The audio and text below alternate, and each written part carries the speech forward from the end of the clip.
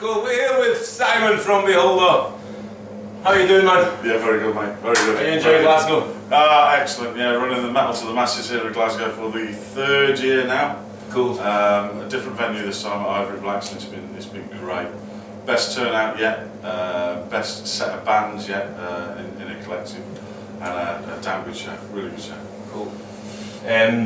Before we go on to Metal to the Masses, Yeah. gonna just go back to Beholder. Oh, okay. Yeah, obviously, it's well known that your departure from Lime Records wasn't quite amicable. No. Do you want to elaborate? Yeah, I'm not going to shout from the rooftops and scream down, because at the end of the day, it's water under the bridge now. But you know, I've seen it with too many labels of late making commitments, saying that they will do stuff and not actually coming to the table. It's happened too often, and it ain't happening with Beholder. That was put pretty much carte blanche from the get-go. Okay. And so with Party Company, good luck to them in the future. But I would suggest to any band out there that you don't fucking sign to.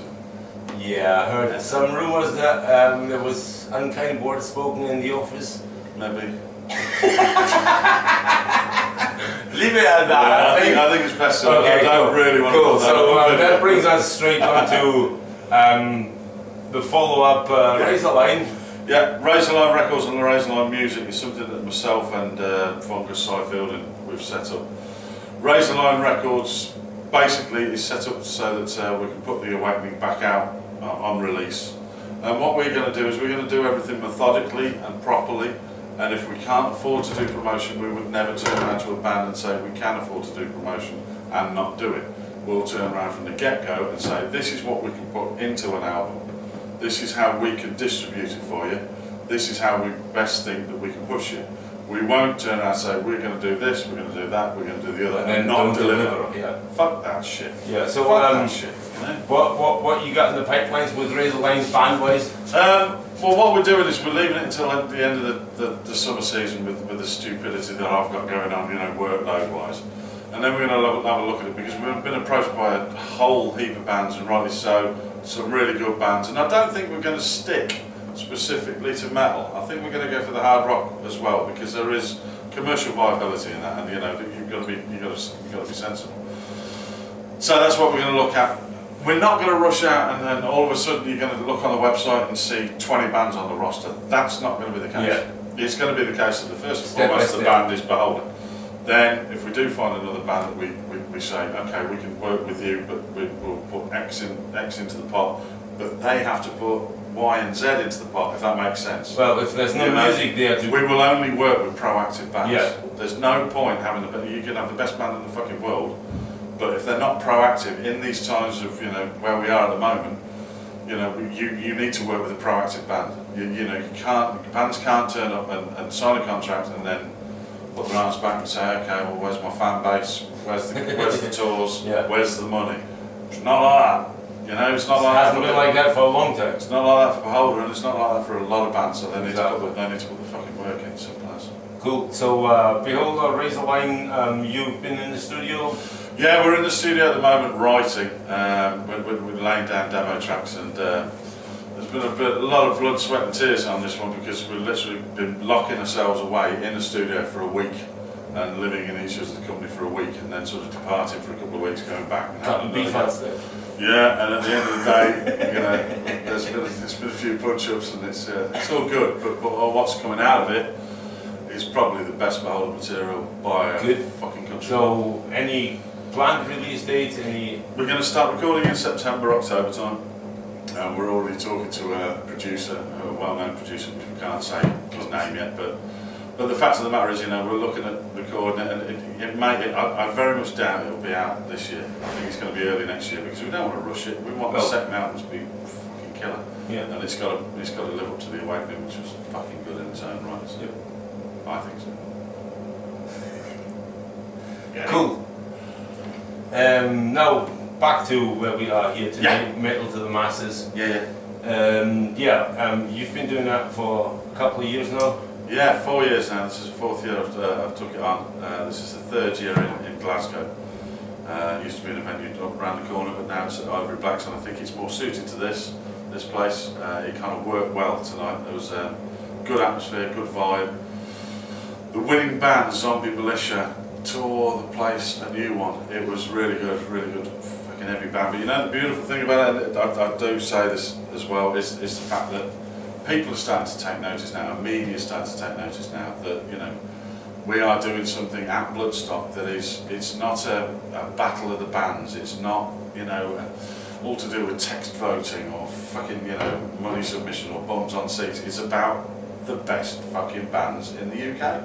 You know, the best breaking bands in the UK, and that was fucking recognised tonight when you got 6 bands that all played their fucking hearts out. But when I made the announcement that Zombie Militia had won, fucking all the other 5 bands came up and congratulated them and said, yeah, absolutely. And that's the community of heavy metal. I have heard bands tonight playing tonight said Zombie Militia's gonna make it. Yeah, they were great.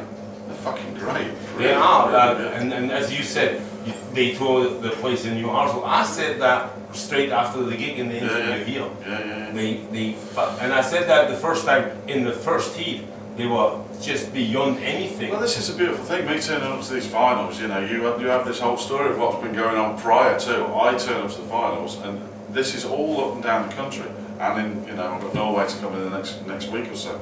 You know, we've been in Kent, Essex, Brighton, Truro right down south, Plymouth right down south. You know, we've got the Midlands heats to come. We got Manchester last night, which was mental. And every night I'm turning up to these finals and just getting my face smashed in by quality bands.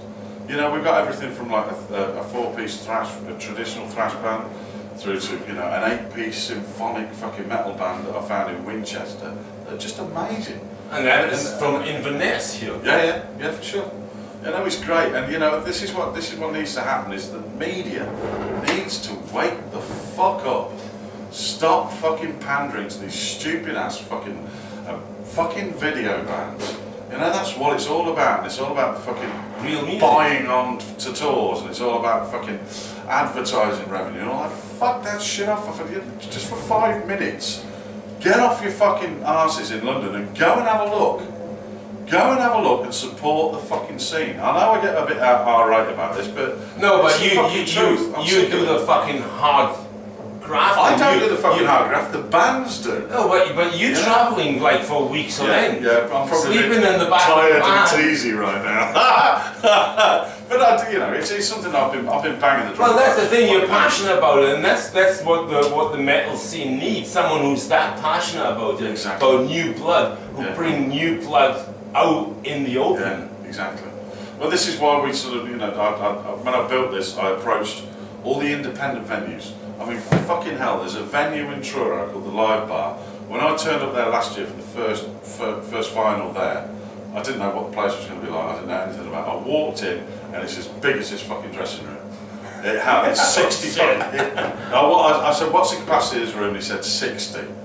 I was like, you're fucking kidding me. He says, no, but we expect to have about 110 in. And they fucking did. They did. They had about 110 fucking kids in there, knocking 10 bells of fucking living shit out of each other, falling into the monitors. No stage. It was fucking old school, man. It was brilliant. It was absolutely fucking... It was an epiphany of fucking heavy metal. And it was like, this is what, you know, the fucking knobs in London are missing. They're missing this because they're too busy watching fucking Black Veiled Brides or whatever those, you know, all that fucking painted dog shit. Fuck it off. Fucking listen to, you know, because kids fucking love it. They, you know, I suppose it's all about... Well, that's the thing, commercial value. Yeah, well... But nonetheless, Simon, I really have to thank you for being an ambassador for real metal, not only in Scotland or anywhere but across the nation. Well, thank you, man. At the end of the day, it's the greatest job in the fucking world. Well, drives me up the fucking wall sometimes. You know who you fucking are.